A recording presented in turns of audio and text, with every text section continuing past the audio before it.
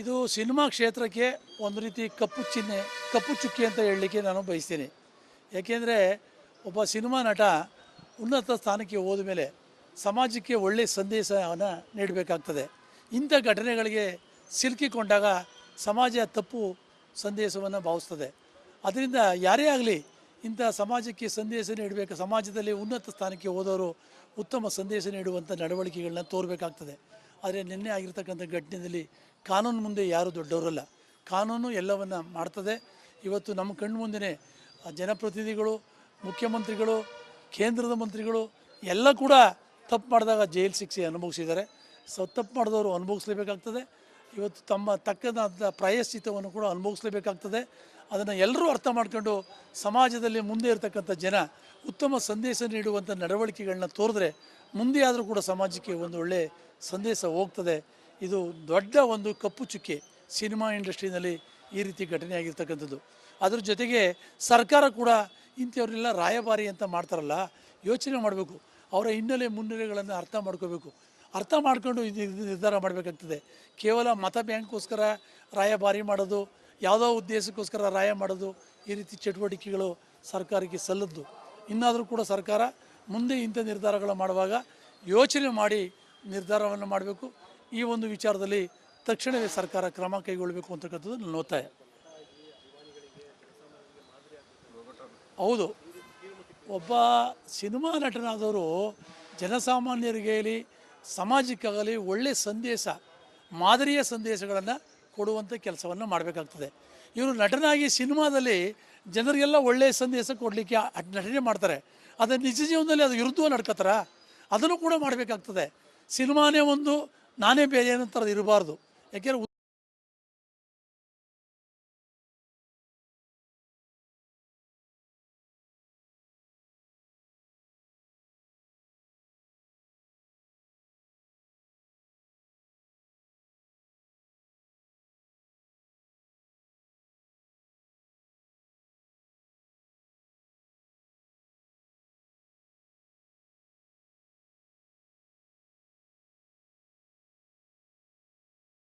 ಉತ್ತಮ ನಟ, ಪ್ರಖ್ಯಾತಿ ನಟ ಅಂತ ಹೇಳಿಸ್ಕೊಂಡಾಗ ಸಿನಿಮಾದಲ್ಲಿ ಏನು ಒಳ್ಳೆಯ ಸಂದೇಶಗಳನ್ನ ಕೊಡ್ತಾ ಇದ್ದಾರೆ, ಅದೇ ಸಂದೇಶ ನಿಜ ಜೀವನದಲ್ಲೂ ಕೂಡ ಕೊಡಬೇಕಾಗ್ತದೆ. ಹೀಗಾಗಿರ್ತಕ್ಕಂಥದ್ದು ಸರಿಯಾದಂಥ ಬೆಳವಣಿಗೆ ಇಲ್ಲ ಅಂತಕ್ಕಂಥದ್ದನ್ನು ಹೇಳಲಿಕ್ಕೆ ಬಯಸ್ತೀನಿ.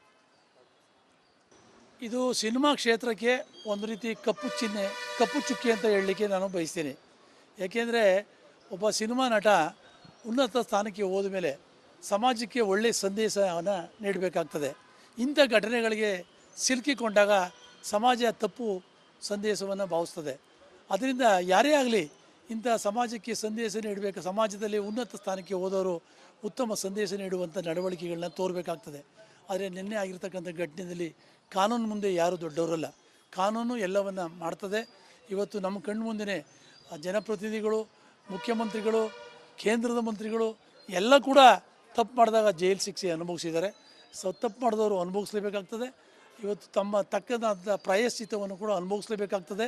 ಅದನ್ನು ಎಲ್ಲರೂ ಅರ್ಥ ಮಾಡ್ಕೊಂಡು ಸಮಾಜದಲ್ಲಿ ಮುಂದೆ ಇರತಕ್ಕಂಥ ಜನ ಉತ್ತಮ ಸಂದೇಶ ನೀಡುವಂಥ ನಡವಳಿಕೆಗಳನ್ನ ತೋರಿದ್ರೆ ಮುಂದೆ ಆದರೂ ಕೂಡ ಸಮಾಜಕ್ಕೆ ಒಂದು ಒಳ್ಳೆಯ ಸಂದೇಶ ಹೋಗ್ತದೆ. ಇದು ದೊಡ್ಡ ಒಂದು ಕಪ್ಪು ಚುಕ್ಕೆ ಸಿನಿಮಾ ಇಂಡಸ್ಟ್ರಿನಲ್ಲಿ ಈ ರೀತಿ ಘಟನೆ ಆಗಿರ್ತಕ್ಕಂಥದ್ದು. ಅದ್ರ ಜೊತೆಗೆ ಸರ್ಕಾರ ಕೂಡ ಇಂಥವ್ರೆಲ್ಲ ರಾಯಭಾರಿ ಅಂತ ಮಾಡ್ತಾರಲ್ಲ, ಯೋಚನೆ ಮಾಡಬೇಕು. ಅವರ ಹಿನ್ನೆಲೆ ಮುನ್ನೆಲೆಗಳನ್ನು ಅರ್ಥ ಮಾಡ್ಕೋಬೇಕು. ಅರ್ಥ ಮಾಡ್ಕೊಂಡು ಇದು ನಿರ್ಧಾರ ಮಾಡಬೇಕಾಗ್ತದೆ. ಕೇವಲ ಮತ ಬ್ಯಾಂಕ್ಗೋಸ್ಕರ ರಾಯಭಾರಿ ಮಾಡೋದು, ಯಾವುದೋ ಉದ್ದೇಶಕ್ಕೋಸ್ಕರ ರಾಯ ಮಾಡೋದು, ಈ ರೀತಿ ಚಟುವಟಿಕೆಗಳು ಸರ್ಕಾರಕ್ಕೆ ಸಲ್ಲದ್ದು. ಇನ್ನಾದರೂ ಕೂಡ ಸರ್ಕಾರ ಮುಂದೆ ಇಂಥ ನಿರ್ಧಾರಗಳು ಮಾಡುವಾಗ ಯೋಚನೆ ಮಾಡಿ ನಿರ್ಧಾರವನ್ನು ಮಾಡಬೇಕು. ಈ ಒಂದು ವಿಚಾರದಲ್ಲಿ ತಕ್ಷಣವೇ ಸರ್ಕಾರ ಕ್ರಮ ಕೈಗೊಳ್ಳಬೇಕು ಅಂತಕ್ಕಂಥದ್ದು ನನ್ನ ಒತ್ತಾಯ.